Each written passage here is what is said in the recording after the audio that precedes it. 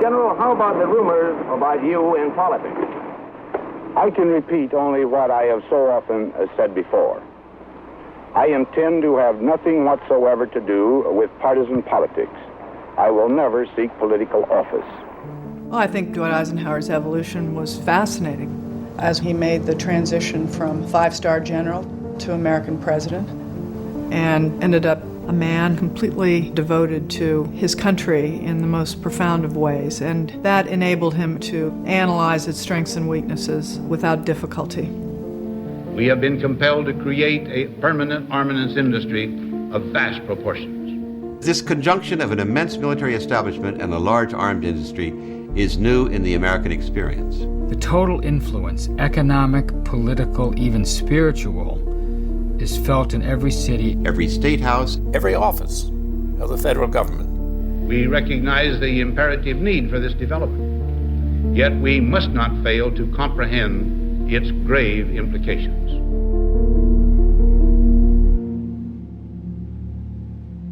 Dwight David Eisenhower II, going on 5, and Sister Barbara Ann 3, they're visiting their grandparents with 15-month-old Sister Susan.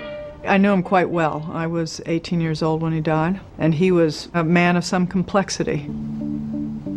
From the early years, he loved reading history, and of course, if you love reading history, certainly a fair amount of that is about the battles and the war-making of those periods. I think he loved history so much, my great-grandmother had to lock up the books so he'd go do his chores. Dwight Eisenhower's mother was a huge influence on her 7 boys. She was born in Shenandoah Valley of Virginia, and she was 3 years old before the Civil War was over. And she remembered the Confederate soldiers coming through the house looking for her brothers. She ended up joining a Mennonite community and becoming a pacifist. And this was a very strong influence on the Eisenhower household. I think my great-grandmother found it devastating that he chose to go into the military service. Dad was never a pacifist. He was much closer to Teddy Roosevelt's speak softly but carry a big stick. General Dwight D. Eisenhower, Supreme Commander-in-Chief, Allied Expeditionary Force. In this war, more than any other in history, we are on the side of decency and democracy and liberty.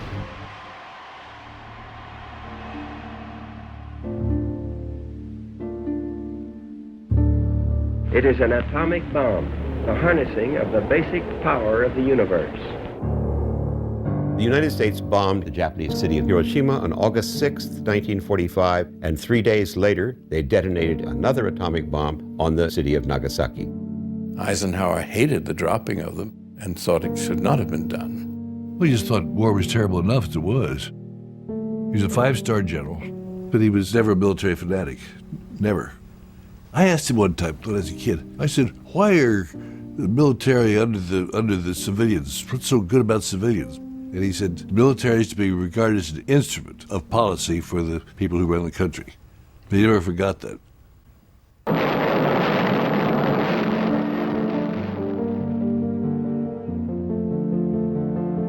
When my dad first became president, he came in at the real beginning of the thermonuclear age.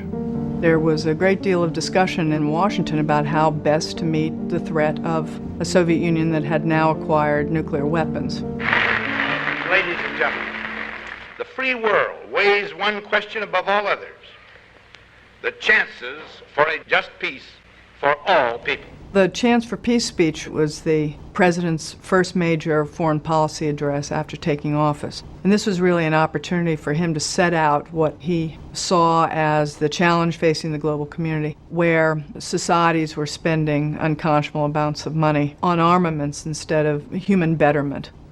The cost of one modern heavy bomber is this: a modern brick school in more than 30 cities. This is not a way of life at all, in any true sense. Under the cloud of threatening war, it is humanity hanging from a cross of iron.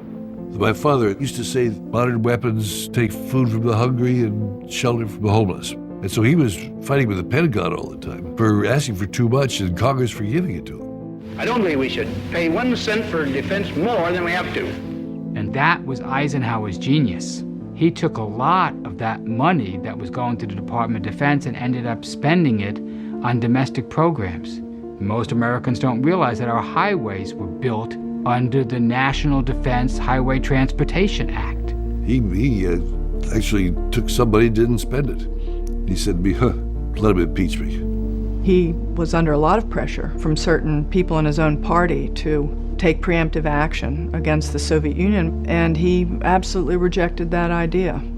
One of the basic premises of the Eisenhower administration is there is no such thing as absolute security.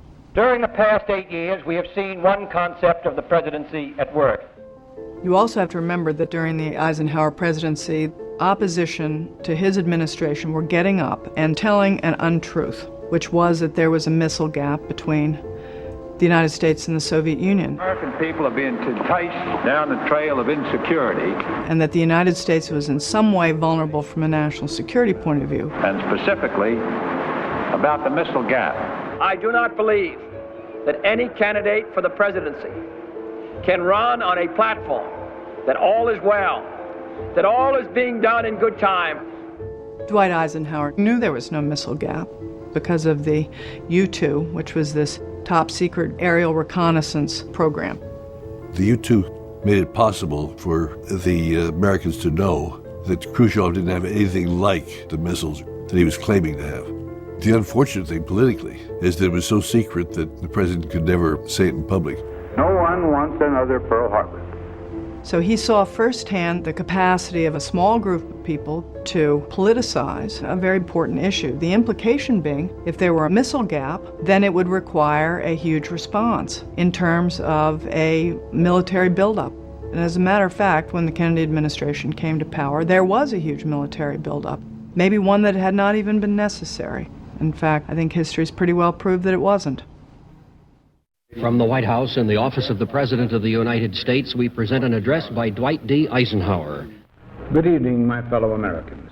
Well, the farewell address was a little bit unusual. Up until that time, it wasn't so customary for a president to give a farewell address, but I think Eisenhower may have been inspired by Washington's farewell address. Just like his warnings about foreign entanglements and things like that, my dad was giving his warning against letting this military-industrial complex get out of hand. He was very concerned about the capacity of a grouping like the military-industrial complex to skew this delicate balance. He felt it had to be created in and among national programs. The need to maintain balance in and among national programs. Because he understood that America has to stand for betterment for everyone in this country. And if you protect one aspect of your national life and allow large sectors of the population to fall behind and to fail to get the things they need, like a proper education and proper health care. I think my grandfather was afraid that you could build a fortress society and end up losing your democratic ideals in the process. The fact that it was Eisenhower saying it makes it more credible, of course, as the Supreme Allied Commander in World War II. For him to be worried was quite stunning then. It's still quite stunning as a statement.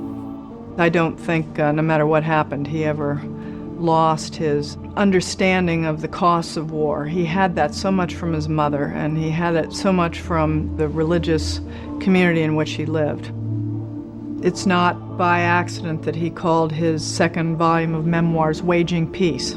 I think at the end of the day, he wanted to be thought of as a man of peace, and he was a man of peace, understanding full well that sometimes in order to have peace, the war must be waged. Now, on Friday noon, I am to become a private citizen. I am proud to do so. I look forward to it. Thank you, and good night.